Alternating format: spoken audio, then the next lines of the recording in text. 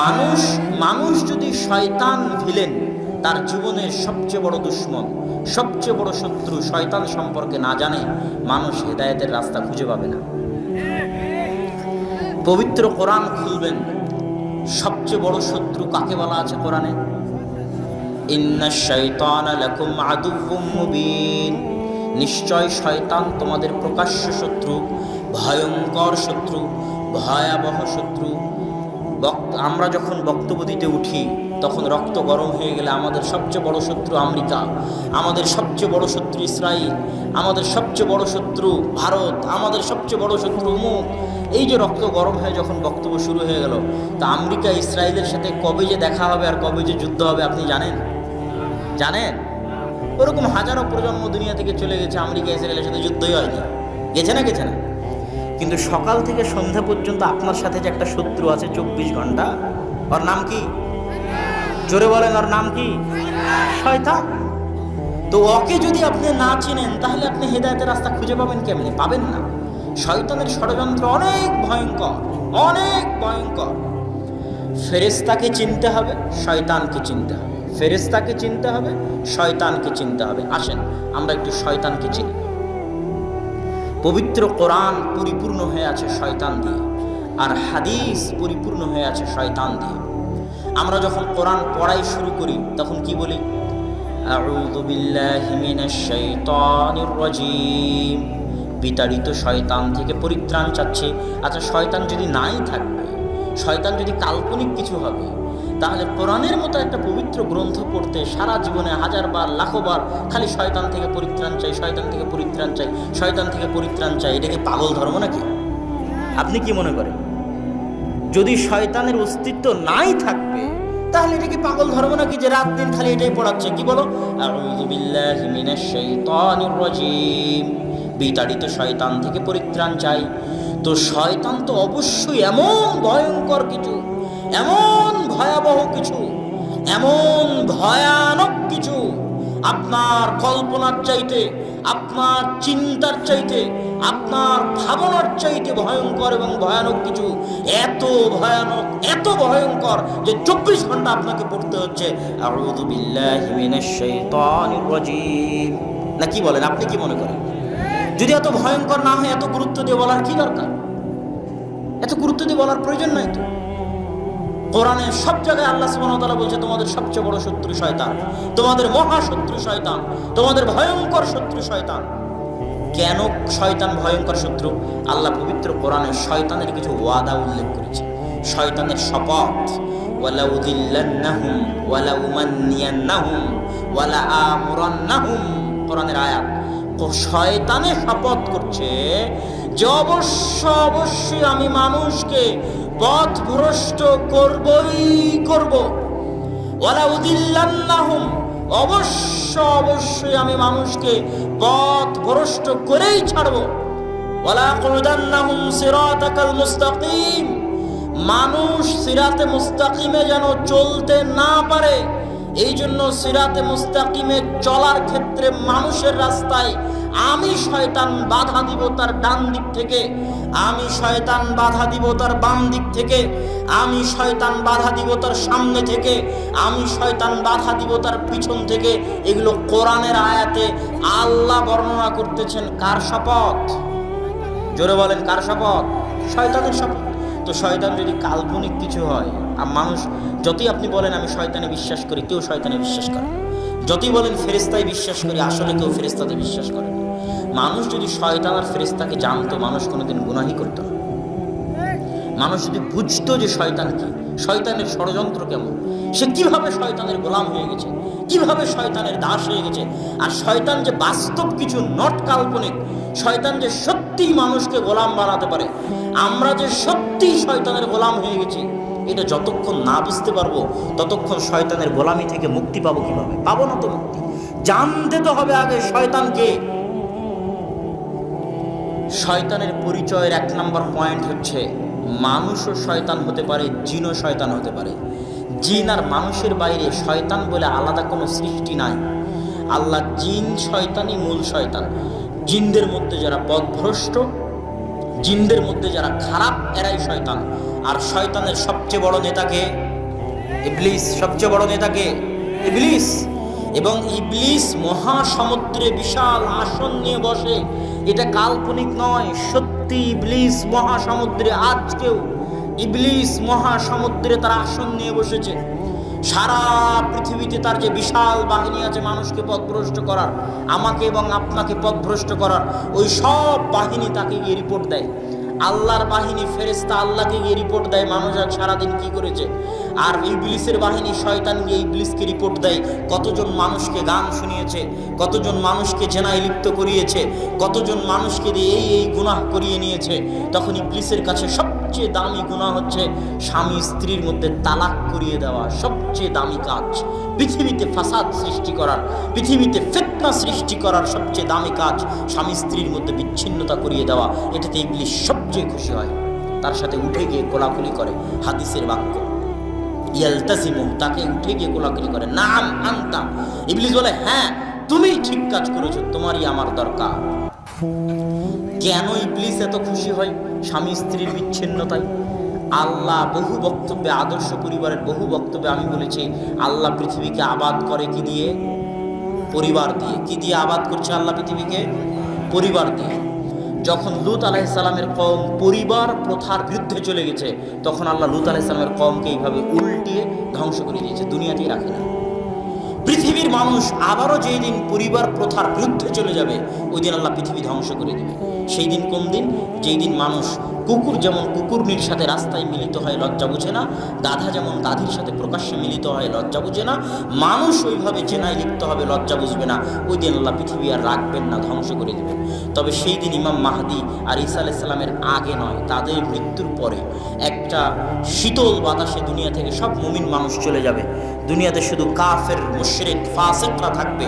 ওই কাফের, মুশরিক, ফাসিকদের চরিত্র বৈশিষ্ট্য হবে এমন যে তারা পশু প্রাণীর মতো খোলা রাস্তায় জেনায় লিপ্ত হবে। তখন আর পরিবার প্রথা থাকবে না। আর পরিবার প্রথা না থাকা মানে আল্লাহ কিয়ামত কায়েম করে দিবে। তাহলে এখনো কিয়ামত হয়নি কি জন্য বলেন তো? পরিবার প্রথা আছে তাই। কি জন্য কিয়ামত হয়নি? জোরে বলেন, কি আছে তাই? পরিবার আছে তাই কিয়ামত হয়নি রে বাবা। পরিবার আছে এই জন্য কিয়ামত হয়নি। পরিবার যেই দিন থাকবে না ওই দিন কিয়ামত হয়ে যাবে। তাহলে পৃথিবী টিকে আছে পরিবার দিয়ে। তাহলে ইসলামেরও মূল ভিত্তি পরিবার। তো যখন স্বামী স্ত্রীর মধ্যে বিচ্ছেদ ঘটে যায়, তালাক বৃদ্ধি পেয়ে যায়, সমাজ তালাকে পরিপূর্ণ হয়ে যায়, পরকীয়ায় পরিপূর্ণ হয়ে যায়, অবৈধ সম্পর্কে পরিপূর্ণ হয়ে যায়, তখন সমাজ পচে গলে নষ্ট দুর্গন্ধে শেষ হয়ে যায়। পরিবারই যখন নাই, তখন আর ইসলাম থাকে কিভাবে? এই জন্য ইবলিস সবচেয়ে ভালোবাসে পরিবার ধ্বংস করতে। কি ধ্বংস করতে? ইবলিসের বাহিনী যারা পৃথিবীতে আছে, এরাও দেখবেন সব পরিবারের শত্রু। কিসের শত্রু? পরিবারের শত্রু। ওই যে মা এবং বোনকে বাড়ির থেকে বের করে নিয়ে যাবে এনজিওর কর্মী, নারীবাদীরা, এই নারীবাদীরা সব কার গোলাম? ইবলিসের গোলাম। কার গোলাম? শয়তানের গোলাম। এবং কে জানে এদের সাথে শয়তানের কথোপকথন হয়, মিটিং হয়, অস্বাভাবিক কিছু নয়। শয়তানের সাথে তাদের কথোপকথন হতে পারে, শয়তানের সাথে তাদের মিটিং হতে পারে। এরা শয়তানের আদেশে, ইবলিসের আদেশে পরিবার ধ্বংস করার জন্য এরা রাস্তায় নেমেছে, মাঠে নেমেছে। মেয়েদেরকে ঘর থেকে বাইরে বের করে নিয়ে গেলে পরিবার ধ্বংস হয়ে যাবে। এই জন্য ইবলিস সবচেয়ে পছন্দ করে পরিবার ধ্বংস করতে। এই জন্য আজকের পৃথিবীতে দেখবেন যত ইহুদি, যত খ্রিস্টান, যত প্রো জায়নিস্ট, যারা জায়নিজমে বিশ্বাস করে, ইহুদিবাদে বিশ্বাস করে, এবং আজকের আধুনিক যুগের নগ্ন সেকুলারিজম, ব্যক্তি স্বাধীনতায় যারা বিশ্বাস করে যে অমুক স্বাধীন ব্যক্তি, ও যদি চায় সমকামিতা করবে করুক, অমুক স্বাধীন নারী ও যদি চায় জেনায় লিপ্ত হবে হোক, অমুক স্বাধীন নারী ও যদি চায় বেপরদায় চলবে চলুক, তুমি বাধা দেওয়ার কে? এরকম জঘন্য নীতি, জঘন্য বাক্য যারা প্রচার করে, এরা কার গোলাম? শয়তানের গোলাম, ইবলিসের গোলাম। এদের সাথে ইবলিসের মিটিং হয়। কেননা ইবলিস তো সবচেয়ে খুশি হয় কি ধ্বংস করতে পারলে? পরিবার ধ্বংস করতে পারলে। এই জন্য পরিবার ধ্বংসের যত ষড়যন্ত্র আছে, মহিলাদেরকে ঘর থেকে বের করে নিয়ে যাওয়া, মহিলাদেরকে বেপরদায় লিপ্ত হওয়া, জেনা বেভিচার আম করে দেওয়া, সমকামিতাকে আম করে দেওয়া, প্রকাশ্য করে দেওয়া মানবাধিকারের নামে, এগুলো সব হচ্ছে পরিবার ধ্বংস করার মাধ্যম। আর এরা সব শয়তানের নির্দেশে, শয়তানের গোলাম হয়ে এগুলো করে। এদের পক্ষে আছে, শয়তানের পক্ষ থেকে ওহি হয়, মানে শয়তানে এদের কাছে পাঠায় যে এইভাবে লেখো, এইভাবে বলো। এইসব মিডিয়া এগুলো সব হচ্ছে শয়তানের গোলাম। এই জন্য আজকে যে, যদিও এটার বিষয়ে কালকে বিস্তারিত আলোচনা করব, তাও বলি আজকে রাশিয়ার সাথে যে আমেরিকার যুদ্ধ হচ্ছে, তো রাশিয়ার একজন দার্শনিক আছে আলেকজান্ডার দুগিন, উনি ওনার বইয়ের মধ্যে এই জিনিসগুলো খুব স্পষ্ট করে তুলে ধরেছে যে কিভাবে আমেরিকা এবং ইসরায়েলের প্রো জায়নিজম, যারা জায়নিজমে বিশ্বাস করে, ইহুদিবাদে বিশ্বাস করে, তারা কিভাবে মানবাধিকারের নামে একটা দেশে সংখ্যালঘুদেরকে শক্তিশালী বানিয়ে দেয়, সংখ্যাগরিষ্ঠদেরকে অসহায় করে দেয়। বুঝতে পারেন? সংখ্যালঘুদেরকে শক্তিশালী করে আর সংখ্যাগরিষ্ঠদেরকে অসহায় করে দেয়। অসহায়। আপনি আজকে যদি ভোটের ব্যবস্থা করেন, তো আজকের ভোটে আপনি দেখতে পাবেন যে মানুষ, সংখ্যাগরিষ্ঠ মানুষ ইসলামের পক্ষে, মুসলমানদের পক্ষে, ইসলামী আইন কানুনের পক্ষে, ইসলামী নিয়ম নীতির পক্ষে, কিন্তু কিছু অল্প সংখ্যক মানুষ যারা সংখ্যালঘু, তারা ওটার পক্ষে নয়। ওই সংখ্যালঘু মানুষের মানবাধিকারের নামে, ওই সংখ্যালঘু মানুষের অধিকারের নামে সংখ্যাগরিষ্ঠকে মাজলুম করে দেওয়া হয়েছে সারা পৃথিবীতে। এটাই হচ্ছে ইহুদিদের ভয়ঙ্কর অস্ত্র, যে তারা মানবাধিকারের নামে এই জিনিসটা করে।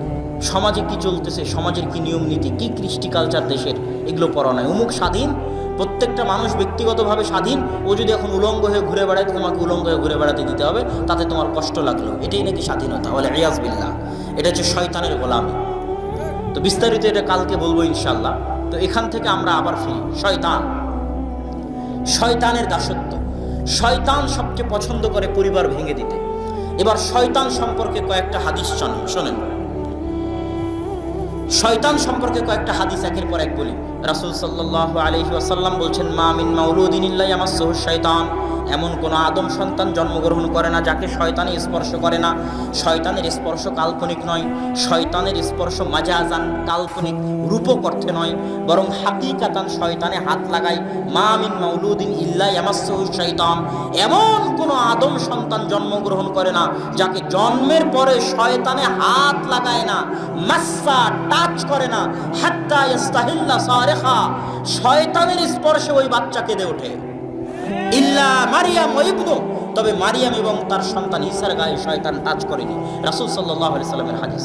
রাসূল সাল্লাল্লাহু আলাইহি ওয়াসাল্লাম বলছেন, এগুলো প্রায় আবু হুরায়রা রাদিয়াল্লাহু তাআলা থেকে বর্ণিত, বুখারী মুসলিমের হাদিস, যে এমন কোন আদম সন্তান নেই, প্রত্যেক আদম সন্তান লাহু কারিনান, তার দুটো বন্ধু আছে, কারিনুম মিনাল মালায়েকা ওয়া কারিনুম মিনাশ শাইতান, একটা ফেরেশতা বন্ধু, একটা শয়তান বন্ধু।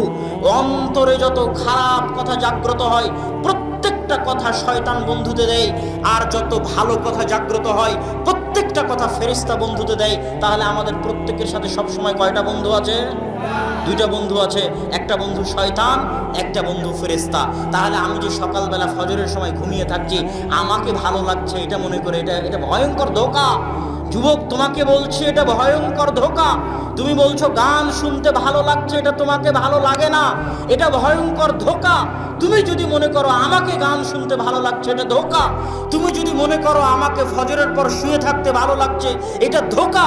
যুয়্যিনা লাহুম, তোমার সামনে ভালো লাগায় আর শয়তান, শয়তানে ভালো লাগায়। অতএব তুমি আগে এটা বুঝতে শিখো, নাহলে যুদ্ধ করতে পারবে না। এই পৃথিবীতে মরা পর্যন্ত যুদ্ধ হচ্ছে শয়তানের সাথে।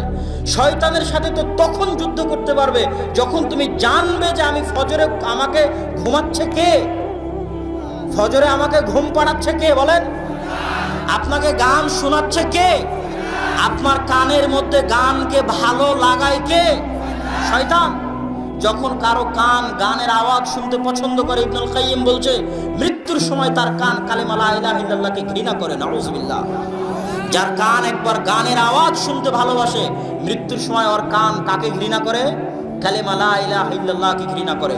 তাহলে শয়তানকে আপনি চিনতে পারবেন না যতক্ষণ না শয়তানের শক্তি ক্ষমতা জানবেন। রাসূল সাল্লাল্লাহু আলাইহি ওয়াসাল্লাম বলছেন, ইন্না শাইতান ইয়াজরি মাজরাদ দাম, মানুষের রক্তের কণায় কণায় শয়তান চলতে পারে। এটা কি কাল্পনিক না বাস্তব? বাস্তব। আপনার রক্তের কণায় কণায় শয়তান চলতে পারে। এই জন্য রাসূল সাল্লাল্লাহু আলাইহি ওয়াসাল্লাম বলছেন, যারা শাহওয়াত, নিজের মনের শাহওয়াত কন্ট্রোল করতে চায়, তারা রোজা রাখো। রোজা রাখলে খাবার কম হয়, খাবার কম হলে রক্তকণিকা ছোট হয়ে যায়। রক্তকণিকা ছোট হয়ে যাওয়ার জন্য শয়তান ঢুকতে পারে না রক্তকণিকার মধ্যে। এই জন্য সিয়াম রাখো, রোজা রাখো, যাতে শয়তানে তোমার রক্তকণিকার মধ্যে ঢুকতে না পারে। বেশি করে খাবা, পেট পূর্ণ করে খাবা, প্রত্যেকটা রক্তের কণায় কণায় বেশি করে শয়তান ঢুকবে, আর বেশি করে অলসতা কাজ করবে, বেশি করে গুনাহের কাজে লিপ্ত হবা।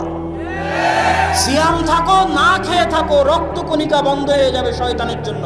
এগুলো কাল্পনিক কথা না, এগুলো বাস্তব কথা। আপনাকে পথভ্রষ্ট করায়, আপনাকে নষ্ট করে, আপনাকে ধ্বংস করে, আমাকে এবং আপনাকে ধ্বংস করে আমাদের চিরন্তন শত্রু, আমাদের জানি মানি শত্রু, আমাদের জীবনের শত্রু, মরণের শত্রু ইবলিস এবং তার বাহিনী। এই জন্য রাসূল সাল্লাল্লাহু আলাইহি ওয়াসাল্লাম বলেছেন, ইদা দাখালা আহাদুকুম ফি বাইতিহি ওয়া লাম ইয়াযকুর ইসমাল্লাহ, যখন তোমাদের কেউ কোনো বাড়িতে প্রবেশ করে এবং আল্লাহ সুবহানাহু ওয়া তাআলার নাম না নেয়। আল্লাহ সুবহানাহু ওয়া তাআলার নাম হচ্ছে আসসালাম। সালাম মানে শান্তি। আল্লাহ সুবহানাহু ওয়া তাআলার নাম হচ্ছে আসসালাম, সালাম মানে শান্তি।